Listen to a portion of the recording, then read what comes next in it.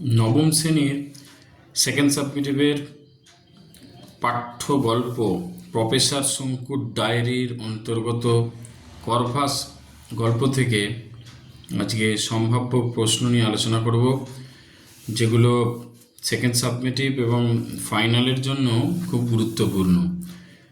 ভিডিওটি প্রথম থেকে শেষ পর্যন্ত দেখো, আশা করি সকলের জন্যই কার্যকর হবে। এখান থেকে দেখো, প্রথমেই করবে আমার অর্নিথন যন্ত্র আজ তৈরি শেষ হলো। অর্নিথন যন্ত্র কি, এই যন্ত্র কেন তৈরি করা হয়েছিল, এর কার্যকারিতা আলোচনা করো। তারপরে আসতে পারে সব পাখির মধ্যে একটি বিশেষ পাখি বিশেষভাবে আমার দৃষ্টি আকর্ষণ করেছে। কোন পাখির কথা বলা হচ্ছে? পাখিটিকে শঙ্কু কোন কাজে ব্যবহার করতে চেয়েছিলেন? কি কারণে পাখিটি প্রফেসর শঙ্কুর কাছে বিশেষ দৃষ্টি আকর্ষণ করেছিল? অন্য প্রাণীর তুলনায় পাখির ক্ষমতা আরও বেশি, আরও বিস্ময়কর। করভাস গল্প অনুসারে মন্তব্যটির সার্থকতা বা যথার্থতা বিচার করো। মানে বিভিন্ন পাখিদের যে বিশেষত্ব রয়েছে, সেই ম্যালিফাউল, গ্রিপ, ঈগল, এর যে বর্ণনা গল্পের মধ্যে রয়েছে, সেগুলো ধরে ধরে ধরে ধরে একটু লিখতে হবে।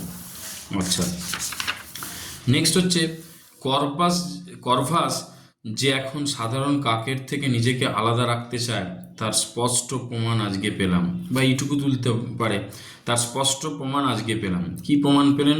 কোন ঘটনার পরিপ্রেক্ষিতে প্রমাণ পেলেন যে তিনি যে করভাস আর নিজেকে কাক ভাবে না, সে কাকের থেকে নিজেকে আলাদা ভাবে।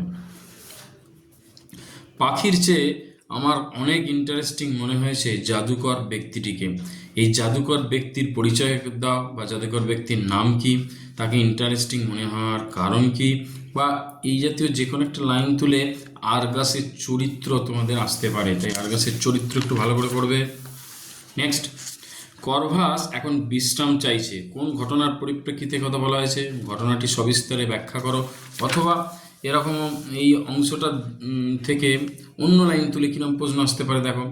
বেশ বুঝতে পারছি সে অবাক, হতভম্ব। কোন ঘটনার পরিপ্রেক্ষিতে বলা হচ্ছে, সেই ঘটনাটি আলোচনা করো। কে কার কি আচরণ দেখে হতভম্ব হয়ে পড়লো? মানে সেই রাতের বেলা হোটেলের ঘরের মধ্যে আরগাস এসেছিল, কিন্তু করভাস রাতে কথা বলতে চায়নি। তার বিশ্রামের ব্যাঘাত ঘটবে বলে সে টেবিল ল্যাম্পের আলোটা নিজে খাঁচা থেকে বাইরে বেরিয়ে এসে ঠোঁটের সাহায্যে বন্ধ করে দিয়েছিল, আবার খাঁচায় প্রবেশ করেছিল।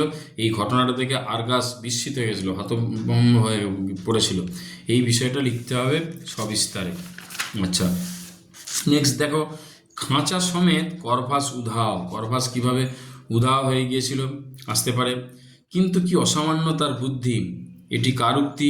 কার কোন অসামান্য বুদ্ধির কথা আলোচ্য গল্পে বলা হয়েছে, আলোচনা করো। আর একটা ভালো করে পড়বে, গল্পের শেষে করভাস কিভাবে জাদুকর আরগাসকে জব্দ করেছিল, এটা করবে।